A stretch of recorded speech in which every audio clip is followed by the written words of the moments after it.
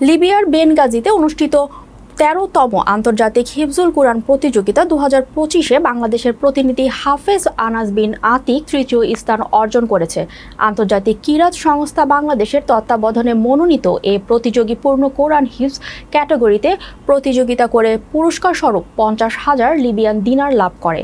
বিস্তারিত থাকছে ডেস্ক রিপোর্টে। রোববার রাতে লিবিয়ার আওকাফ ও ইসলাম বিষয়ক মন্ত্রণালয় আয়োজিত এক বর্ণাঢ্য অনুষ্ঠানে বিজয়ীদের নাম ঘোষণা করা হয়।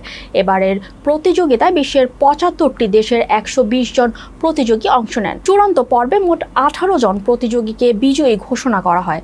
অনুষ্ঠানে উপস্থিত ছিলেন মন্ত্রী সচিব, সরকারি কর্মকর্তা, সামরিক বাহিনীর উচ্চ পদস্থ কর্মকর্তা ও বিপুল সংখ্যক জনসাধারণ। আন্তর্জাতিক কিরাত সংস্থা বাংলাদেশের মহাসচিব শায়েখ সাদ সাইফুল্লাহ মাদানী এর প্রতিনিধি হিসেবে, সংগঠনের কেন্দ্রীয় যুগ্ম মহাসচিব মাওলানা কারি মাসুদুর রহমান প্রতিযোগিতায় পর্যবেক্ষণ হিসেবে অংশ নেন। আন্তর্জাতিক কিরাত সংস্থা বাংলাদেশের তত্ত্বাবধানে গত অর্ধযুগে ধারাবাহিকভাবে বাংলাদেশের প্রতিযোগীরা আন্তর্জাতিক অঙ্গনে সাফল্য অর্জন করে আসছে। এ অর্জন বাংলাদেশের বিশ্ব কোরআন মঞ্চে গৌরবের আসনে প্রতিষ্ঠিত করেছে।